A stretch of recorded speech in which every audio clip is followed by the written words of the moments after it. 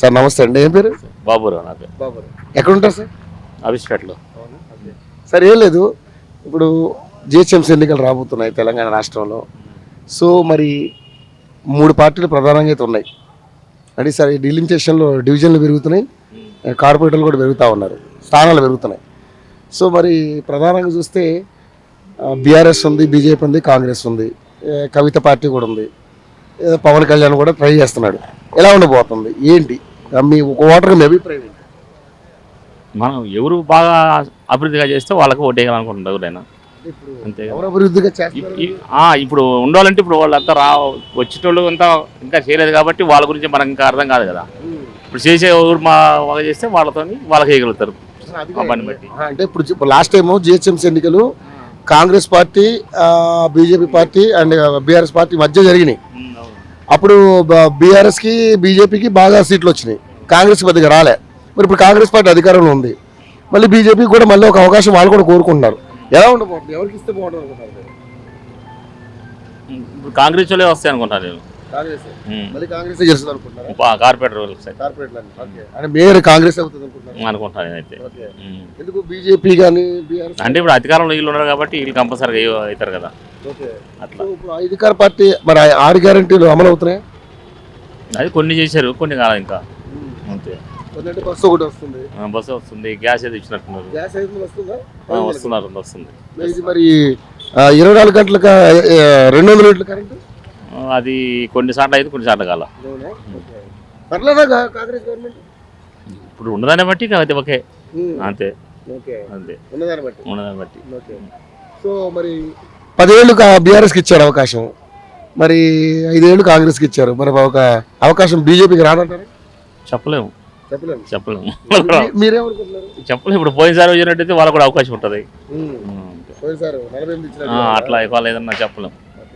ఇప్పుడు సర్రని కొత్తగా ఈ దొంగోట్లు తీసే కార్యక్రమం వస్తుంది సార్, ఎలా అనిపిస్తుంది మీకు? అది మనకి ఇంకా మనం అబ్జర్వ్ చేయాలి. చేస్తే మరి ఇప్పుడు గ్యారెంటీ కూడా గుర్తు చేయడం పోతే ఇక అప్పుడు చెప్పలేము ఎవరైతే. దొంగోట్లు పోవడం మంచిదేగా, మంచిదే. వేస్ట్ అయిన పోతాయి కదా, కొన్ని తీసేస్తే మంచిదేగా. అసలు కారం వచ్చినప్పుడు ఎవరికి కావాలో అడిగి చేస్తుంటారు పక్కా ఓటు, అప్పుడు తగ్గిపోతాయి కదా ఓట్లు. ఇప్పుడు ఎవరు ఎన్ని కావాలో అన్నీ వస్తాయి. నమస్తే అండి. ఏం పేరు సార్? నమస్తే బాబాయ్. విఠల్ నా పేరు. ఇక్కడ లోకలేనా? లోకల్. ఇది మన జూబ్లీస్. ఎవరు మీ ఎమ్మెల్యే? ఎవరు? నవీన్ యాదవ్. ఇంతకుముందు గోపినాథ్ ఉండే, ఇప్పుడు నవీన్ యాదవ్. ఆయన చనిపోయాడు కాబట్టి చనిపోయాడు, ఈయన గెలిచాడు. అవును. సరే బాబు, ఇప్పుడు మరి జిహెచ్ఎంసీ ఎన్నికలు రాబోతున్నాయి, డివిజన్లు పెరిగాయి, కార్పొరేటర్లు పెరుగుతున్నారు. మరి ఎలా ఉండబోతుంది? ఏ పార్టీకి అవకాశం ఉంటుంది? కాంగ్రెస్కా, బీజేపీకా, బీఆర్ఎస్కా? ఇదే నవీన్ యాదవ్ కంటిన్యూ అవుతుంది కాంగ్రెస్కి. ఎందుకంటే ఆయనది ఇప్పుడు నడుస్తుంది కాబట్టి ఆయనకి ఉంటుంది. బీఆర్ఎస్ నడిచినప్పుడు ఆయన ఉండే కాబట్టి ఆయన నడిచింది అప్పుడు. ఇప్పుడైతే కాంగ్రెస్ పార్టీ ఫామ్లో ఉంది కాబట్టి ఈ నవీన్ యాదవ్దే రన్నింగ్ ఉంటుంది అని మేము అనుకుంటాం. బీజేపీకి అవకాశం లేదు, బీజేపీకి తక్కువ. అంటే మరి లాస్ట్ టైం బీజేపీ మరి 48 సీట్లు గెలుచుకుంది కదా కార్పొరేటర్లో. ఈసారి అటువంటి అవకాశాలు లేవా? ఉంది, అవకాశం ఉంది, లేదా అని అనుకెళ్ళేము. దానికి అవకాశం ఉంది, లేదా అని లేము. ఎప్పుడు ఏ పార్టీ అనేది దాంట్లో ఏం లేదు, దానికి అవకాశం ఉంది, లేదా అంటే ఏం లేదు దాంట్లో. గెలిపోవటంలో నేను దాంట్లో అప్పుడు. ఇప్పుడైతే గోపినాథ్ పోయిన తర్వాత ఇప్పుడు నవీన్ యాదవ్ ఉంది కాబట్టి దాంట్లో నడుస్తుంది. పాముల సెంటర్ నుంచి ఉంది కాబట్టి ఆయన నడుస్తుంది. ఇంతకుముందు గోపినాథ్ ఉన్నప్పుడు మాకు మస్తు పనులు చేసిండు కాబట్టి ఆయన నడిచింది బీఆర్ఎస్. ఇప్పుడు ఇక్కడ అయితే ఇప్పుడు నవీన్ యాదవ్ నడుస్తుంది అట్లా. ఈ 3 పార్టీలు ఎవరెవరికి మధ్య పోటీ ఉంటుంది? ఇప్పుడు అయితే ప్రస్తుతానికి కాంగ్రెస్కు బీజేపీకి ఉంటుంది. బీఆర్ఎస్కు ఇక తక్కువ అయిపోయింది. 6 గ్యారెంటీలు వస్తున్నాయి, 6 గంటలు వస్తున్నాయి. ఇక బస్సు ఒకటి వస్తున్నాయి, అవి ఒకటి వస్తున్నాయి. దానికి ఇక చెప్పలేము. బస్సు, కరెంటు ఒకటి, అవి అంతే. ఇక ఎక్కువ అయితే గ్యాస్కు అంటూరు కానీ సరిగా వస్తున్నాయి లేవు, దాంట్లో ఏం లేవు.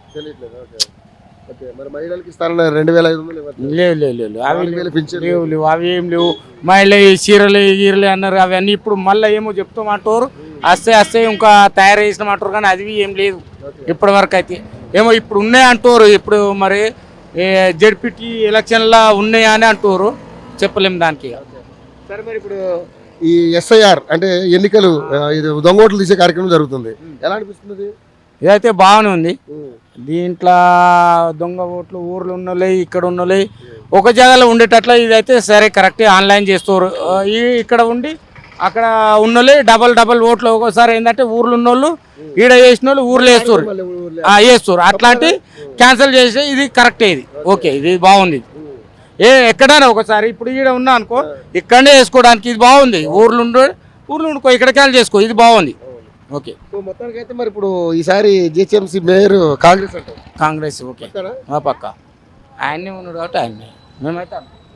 Thank you. పెద్దమ్మా ఏం పేరు? నా పేరా భామిని. భామిని, అబ్బో భలే ఉంది పేరు, అస్సలు మామూలుగా లేదుగా భామిని. ఓకే భామిని, ఇప్పుడు మరి జిహెచ్ఎంసీ ఎన్నికలు వస్తున్నాయి కదా, ఇప్పుడు ఎలక్షన్స్ మళ్ళీ రాబోతున్నాయి. ఏది కార్పొరేటర్ ఎన్నికలు. మీ కార్పొరేటర్ ఎవరు ఇక్కడ? ఎవరో లేదా? మీ ఎమ్మెల్యే ఎవరు? ఎమ్మెల్యే ఇప్పుడు ఆయన కొత్తగా వచ్చిండు కదా, నవీన్ యాదవ్. గుర్తుందా? కాంగ్రెస్ పార్టీ. సరే మరి ఇప్పుడు మరి జిహెచ్ఎంసీ ఎన్నికలు వస్తున్నాయి, కార్పొరేటర్ ఎన్నికలు వస్తున్నాయి కదా, మరి ఎవరు గెలుస్తారు అనుకుంటున్నావు? Congress, BRS, BJP? ఎవరు గెలుస్తారో నీకేమనిపిస్తుంది? నాకేమనిపిస్తుంది, పబ్లిక్ ఎవరు పైసలు ఇస్తే వాళ్ళు తింటున్నారు వేస్తున్నారు అంతే అంతే. అవునా కదా, పైసలు అంటే ఓట్లకు పైసలు ఇస్తున్నారా? ఓట్లకే పైసలు ఇచ్చి వేసుకుంటున్నారు. ఇచ్చటోళ్ళకి ఇస్తున్నారు, ఏనోళ్ళు ఇస్తలేరు, తింటోళ్ళు తింటలే. మరి ఇప్పుడు ఈ ప్రభుత్వం 6 గ్యారెంటీలు అంది కదా, ఏం వస్తున్నాయి మీకు? అన్ని వస్తున్నాయి 6 గ్యారెంటీలు? ఏం వస్తలేవు. పింఛన్ 4,000 ఇస్తా అన్నాడు ఇక రేవంత్ రెడ్డి. 4,000 ఇస్తాను, 4,000 ఇవ్వలేడు, 2,000 ఇస్తున్నాడు. కొత్తగా ఏమి ఇస్తాడు? లేదు, అవి రావట్లేదు. బస్ ఒకటే బొచ్చంతా పీక్కుంటున్నారు. బస్సులో కూర్చోనికి జాగ లేదు, నా సీటు నీ సీటు అని ఒక్కరికొకరు కొట్టుకుంటున్నారు. కుస్తీ పోటీలు పడుతున్నారు ఒకరికొకరు. నచ్చింది కానీ పోయేటోళ్ళకు నచ్చుతుంది, నా చోటలకు కాళ్ళు లేవు, గడిగడికి పోలేను ఊర్లలో. ఎప్పుడైనా ఒకసారి మా తమ్ముళ్ళు వస్తే కారు మీద తీసుకుపోతారు, మళ్ళీ కార్లో తీసుకొస్తారు. ఆడవాళ్ళు అయితే మాత్రం గచ్చి కొట్టుకుంటారు, మగవాళ్ళకి సీట్లు లేవు. మొగలు మేము పైసలు ఇస్తున్నాం, మాకెందుకు సీట్ లేదు, వాళ్ళు కొట్లాడు. సరే ఇప్పుడు మరి ఈ ప్రభుత్వం 6 గ్యారెంటీలు ఏం పెద్దగా అమలు అవ్వట్లా, 2,000 పింఛన్ తప్పితే. మరి 200 యూనిట్ కరెంట్ వస్తుంది,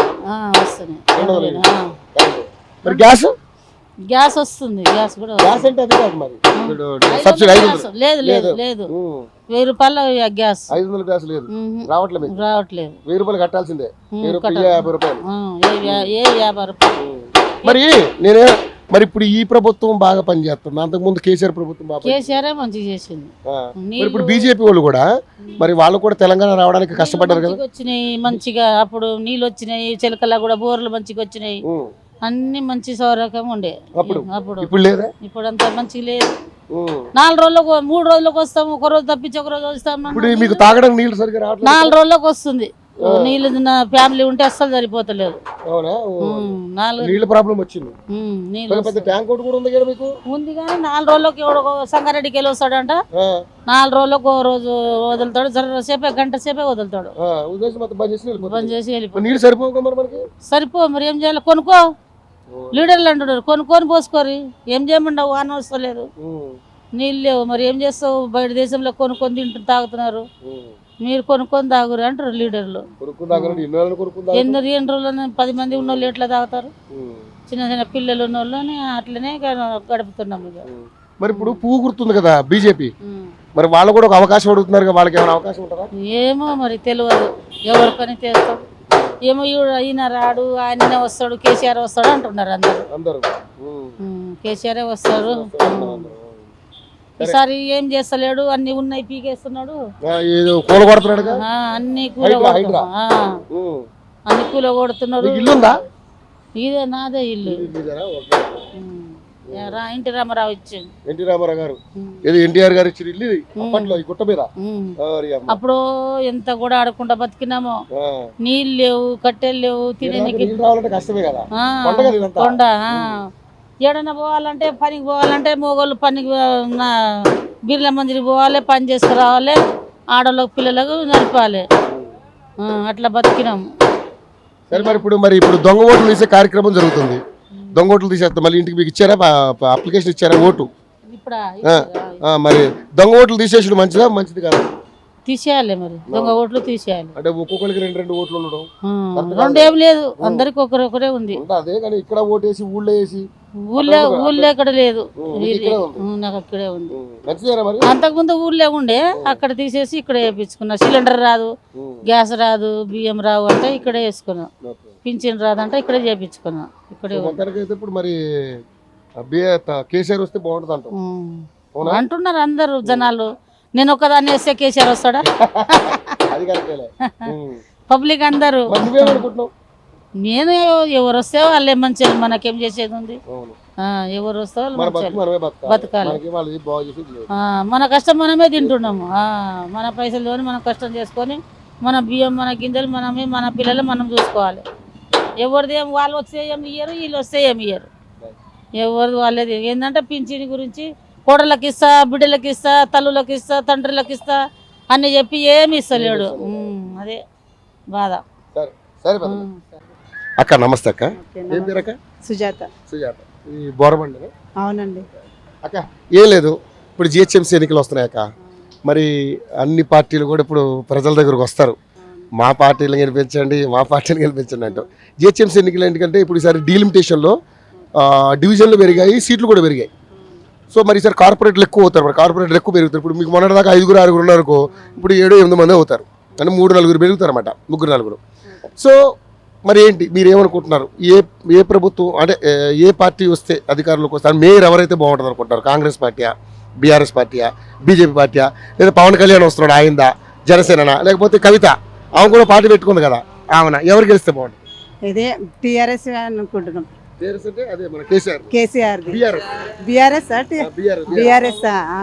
అనుకుంటున్నాం. ఎందుకంటే ఇప్పుడు ఇతను కాంగ్రెస్ అని ఇచ్చాడు అన్ని మహిళల గురించి అని, ఏం సౌకర్యం లేదు. బస్సు ఒకటి ఫ్రీ పెడితే ఏం లాభం అసలు? పోతే మామూలుగా ఇప్పుడు పబ్లిక్ అనేది ఏముంది, లేడీస్ కి ఇచ్చాడు. అందులో ఊరికి ఎక్కడ పడితే అక్కడ మామూలుగా ఏదో టైం పాస్ గురించి వెళ్ళడమో అది ఉంది, కానీ ఒక ఇంపార్టెంట్ విషయం అన్నది ఎవరు ఏమీ వెళ్ళడానికి లేదు. ఎందుకు ఉపయోగించాలో అర్థం కావట్లేదు. ఏదో చిన్న విషయం ఏదైనా గొడవ అవుతుందన్న కానీ ఆధార్ కార్డు ఉంది కదా అని చెప్పి వెళ్ళి రావడము అది ఇది. అంతేగాని ఒక మనిషి ఇప్పుడు ఏదైనా ఇంపార్టెంట్ ఉంది, అది పైసలు పెట్టుకుంది అనుకో, ఒక వాల్యూ అనేది ఉంటుంది. ఇప్పుడు ఫ్రీ ఉంది కాబట్టి దానికి వాడేస్తారు. అదేం లాభం? ఇప్పుడు చూడు, భర్త లేకుండా ఉండు మాకు, సరే ఒక పింఛన్ అన్నది ఉందా? అదే ఏడొస్తుందని ఇప్పుడు 4,000 పింఛన్ అని వేసాడు. వేసిందా? అసలు ఇవ్వలేడు. మహిళల గురించి 2,500 అన్నాడు, అదే లేడు. మరి ఏం ప్రభుత్వం ఇచ్చాడు? గ్యాస్ నాకు అప్పుడు అయింది, ఒక 2 months వేసాడు. 2 months వేసాక 2 months నుంచి మళ్ళీ రావడమే బంద్ అయిపోయింది. ఇప్పుడు అంతేందుకు, నాకు ఇక్కడ బండి దగ్గర ఇష్యూ అయింది. ఇప్పుడు నా పిల్లలు ఉన్నారు 2. నేను ఇంత పోరాడుతున్నా, ఎందుకు గురించి పెట్టుకున్నా? నాకు ఒక డ్యూటీ లేదు, ఏం లేదు, చదువు రాదని చెప్పేసి ఇక్కడ పెట్టుకున్నాను. అయితే ఇప్పుడు పబ్లిక్ వచ్చేసి పెద్దవాళ్ళు ఉంటారు కదా, నా మీదకి ఒక ఆడపిల్ల మీద పోటీకి వస్తుంటే, ఇప్పుడు ఇక్కడ అన్నుండు కదా పోటీ అంటే ఎందుకు పెట్టావు, ఎందుకు చేసావు, నువ్వు ఎవరు పెట్టమన్నారు అని అంటే నేనన్నా ఇక్కడ బతుకుదేరు గురించి పెట్టుకున్నాం. బొమ్మలు ఉంది, ఒక 5 నిమిషాలు వస్తే వేసిపోతారు అన్న అది. కానీ నేను పెట్టుకుంది ఎందుకు? నా పిల్లల గురించి అని, నా భవిష్యత్తు గురించి. ఇప్పుడు 2 లక్షలు పెట్టి తెచ్చిన, నేను కట్టుకోవాలంటే నాకు డబ్బులు ఉండాలి కదా, అట్లని చెప్పి పెట్టుకున్నానంటే మీకు ఇక్కడ ఎవరు పెట్టమన్నారు, పర్మిషన్ ఎవరు అని అంటే, ఒక మనిషి కావాలంటే అన్నిటికీ పర్మిషన్లు ఉన్నాయి. మనిషి బతకడానికి కూడా పర్మిషన్ కావాలంట. మరి ఇప్పుడు నేను ఎక్కడ నుంచి తెస్తాను చెప్పండి, మీరే చెప్పండి ఒక విషయం. ఇప్పుడు ఆడపిల్లలు ఉన్నా, నాకు ఎవరు ఆధారం లేదు. ఇప్పుడు నేను ఎవరిని హెల్పింగ్ అడగాలి? ఇప్పుడు ఈ పక్కన వాళ్ళు ఉంటారా? ఈయనుండ నవీన్ అదన్నా, సరే అన్న ఇట్లుంది ఇట్లా విషయం అని అంటే, ఆయన ఏముంది, ఎలక్షన్లు గెలిచినప్పుడు అమ్మ మీకు చేస్తామమ్మ అది ఇది అని వస్తాడు. మళ్ళీ నేను పోయినాక అన్న ఇప్పుడు నమస్తే అన్న అని చెప్తాను. ఆయన ఉన్నప్పుడేమో మమ్మల్ని ఓటేయండి అమ్మ అని అడుగుతాడు. ఇప్పుడు నాకు కావాలన్నప్పుడు కొంచెం ఇట్లా కాదమ్మ ఇట్లా అని సలహా వస్తే మాకు కూడా కొంచెం మంచిగా ఉంటుంది కదా. ఇబ్బంది కాదు సార్. ఇప్పుడు ఏం తెలుసా, నాకు మొన్నటి వరకు తీసేయండి అది ఇది అని చెప్పేసి మొన్న తీస్తే ఈ చక్రాలన్నీ ఊడిపోయినాయి, అక్కడ తీసుకెళ్ళిపోయి. ఇప్పుడు నేను నా పిల్లోడు ఉంటున్నాం ఇక్కడ. మొన్న ఒక పెళ్ళి ఉందని అంటే మా వాళ్ళు ఏమంటారు, నువ్వు పెళ్లికి రావు, దేనికి రావు, ఎట్లమ్మా అదొకటి. ఇప్పుడు నేను వెళ్ళిపోలేను. ఇప్పుడు నా పిల్లోని నేను వదిలేసి, నా పిల్లోని వదిలేసి వెళ్ళిపోయినా. ఆ పిల్లోని ఇష్యూ చేసేసి ఒక కాలేజ్ చేసే అబ్బాయి ఇప్పుడు కార్లో కూర్చుని, ఇప్పుడు 1st year బాబు ఈ దందా చేసుకునే చదివించుకుంటా పిల్లల్ని. ఇది దందా చేసుకొని చదువుతున్నాడు. ఒక బాబు ఏమో గవర్నమెంట్లో వెళ్తాడు. మరి ఇప్పుడు నేను ఎవరు చెప్పుకోవాలి నా ప్రాబ్లం? నా ఇంట్లో నా భర్తనా ఇప్పుడు లేడు, నా పిల్లల వినే పొజిషన్లో లేరు, చిన్నపిల్లలు. మరి మేము ఎలా బతుకుతాం చెప్పు? ఇప్పుడు ఇలాంటి గురించి ఆయన కొంచెం ఏదన్నా లేని వాళ్ళకి నవీన్ యాదవ్ నేను పేదల మనిషిని అది అని చెప్తాడు కదా మరి. చెప్తాడు. ఏం చెప్తాడు? నేను వెళ్తే ఏమంటాడు? అమ్మ మీరు ఏం చేసిరమ్మా అసలు పోతే మీకు ఇప్పుడు ఆ పెద్దవాళ్ళతో గొడవ ఎందుకని అంటే మీరే అంత ఉన్న వాళ్ళు భయపడితే మరి మాలాంటి పేదవాళ్ళు ఎట్లా పెద్దోళ్ళు ఎవరు ఇక్కడ? ఇప్పుడు చెప్పి మమ్మల్ని ఎదిరిస్తున్నాడు. వాళ్ళు పెద్దవాళ్ళు అంట, ఎదిరించే వాళ్ళు పెద్దవాళ్ళు అంటే ఇప్పుడు మరి రోడ్డు మీద ఇట్లా బతికితే కూడా బతకడానికి కూడా అక్కడ లేదు. అది కూడా ఒంటరి మహిళ. ఇప్పుడు అలాంటి వాళ్ళకి పోటీ ఒక సపోర్టింగ్ లేకపోతే మరి మేము అలాంటి వాళ్ళు పేదవాళ్ళు ఎలా చేస్తారు, ఏం చేస్తారు? ఒక డబ్బు విధంగా మేము లేము. ఎలాగో గవర్నమెంట్ నుంచి కూడా మీకు సన్న బియ్యం వస్తాయి సార్, ఇప్పుడు వస్తాయి. ఇప్పుడు నేను తింటాను ఎట్లనే. ఇప్పుడు నా పిల్లలు కూడా తినాలంటే శుద్ధలాగా అవి మన కూడా ఎంతనో అంత కొంచెం మామూలు బియ్యం అయితే కలపాలి కదా, ఉండాలి. సో మరి ఎన్నికలు వస్తున్నాయి, మరి ఎలా ఏమనుకుంటున్నావు? అయితే ఏమనుకుంటున్నాను ఇప్పుడు కేసీఆర్ అన్నప్పుడు కొంచెం ఏముంది, ఇప్పుడు అతను ఈయనుండు రేవంత్ రెడ్డి ఆయన ఏం చేస్తుండో తెలియదు. ఈ పైన అధికార వాళ్ళకి మాత్రమే ఇప్పుడు ఇబ్బంది పెట్టేసి అవి చేయడం అవన్నీ ఒక న్యాయం కోరుతున్నాం మేమంది. ఇలాంటి వాళ్ళకి ఏదన్నా హెల్పింగ్ లాగా చేసేసి లేని వాళ్ళ సింగిల్ వాళ్ళకి సింగిల్ మహిళలు కానీ ఎవరు కానీ పేద కుటుంబాలకి మంచి చేసుకుంటే అంతే కోరుకుంటే చాలు. కొంచెం మా లాంటి వాళ్ళకైతే కొంచెం ఆదరించాలి. ఇప్పుడు ఎవరైనా సపోర్టింగ్ వస్తే మా అమ్మ మేము ఉన్నాం మీకు అన్నట్టు చేస్తే కూడా మాకు ఈ ప్రభుత్వం బాగుంది, అంతకుముందు ప్రభుత్వమే బాగుంది సార్. ఎందుకంటే చెప్తున్నా, ఎందుకంటే మామూలు ఇప్పుడు అదేమన్నా ఉందనుకో ఇప్పుడు ఇట్లా జరగొద్దు ఇట్లా చేయొద్దు అని చెప్పేసి కేరింగ్ ఉండేవాళ్ళు. కేరింగ్ ఇప్పుడు బీజేపీ పార్టీ కూడా వస్తుంది కదా, దానికి నాకు అంత ఐడియా లేదు నాకు. సరే మరి ఇప్పుడు ఓట్లు తీసేసే కార్యక్రమం జరుగుతుంది అక్క, ఎట్లా ఉంది? అది మంచిదేనా? ఓట్లు తీసేస్తారు అంటే దొంగ ఓట్లు తీసే అదైతే మంచిగా ఉంది. ఇప్పుడు ఓట్లు కానీ మళ్ళీ కొంతమంది ఇప్పుడు పింఛన్ గురించి ఉన్నా కానీ చనిపోయిన వాళ్ళే తీసుకున్నా అనుకో అవి కూడా క్యాన్సిల్ చేయడం అన్నిటికీ ఓకే బాగానే ఉన్నాయి. పెట్టే వరకు చిట్టు బాగా పెట్టాడు. కాకపోతే కొన్నిట్లలో ఇళ్ళలో ఇట్లా ఇప్పుడు వీళ్ళకి అప్పచెప్పే బదులు ఈయన ఈ అమ్మ వాళ్ళ ఇంట్లో ఉంటాం మేము. అంటే అప్పుడు డబుల్ బెడ్రూమ్ ఇల్లు రాలేదు, ఇప్పుడు డబుల్ బెడ్రూమ్ కేసీఆర్ ఇచ్చిన దానిలో వచ్చింది కొల్లూరులో వచ్చింది మాకు. ఓకే ఇంకా కానీ ఇప్పుడు ఇలాంటి ఎల్పీ గురించి అని చెప్పేసి నాకు ఎలాంటి ఆధారం లేదని చెప్పేసి నేను ఇప్పుడు ఇందాకట్లో వచ్చిండంట కానిస్టేబుల్ వచ్చేసి మమ్మీని ఏదన్నా చూసుకోమను మళ్ళీ లేపేయడం అవి అని అంటే ఎంతకని పోరాడతాను చెప్పు నేను. మళ్ళీ అంతే కదా ఇప్పుడు నాకు తోచిన వరకు నేను చేయగలుగుతున్నా. ఆడపిల్లవి ఏం చేస్తే ఎంత మాత్రాన పోరాటం పడతావు చెప్పు నువ్వు మాత్రం. సరే కానీ ప్రభుత్వం కూడా ఆలోచించాలి. అక్క పాపం నిజంగా రోడ్డు మీద బతుకుతుంది, జ్యూస్ బండి పెట్టుకుని ఆవిడకి 2 పిల్లలు. ఆలోచన చేయాలి దయచేసి. ఇక్కడి నుంచి బండిని తీయకుండా ఆ బతుదేరు కోసం అవకాశం ఇవ్వాలని గవర్నమెంట్ని కోరుకుంటుంది, ఇక్కడ ఉన్న లోకల్ నాయకులు కోరుకుంటుంది. అక్కడ చూడండి బాబు, కొంచెం ఒకసారి ఆలోచన చేయండి.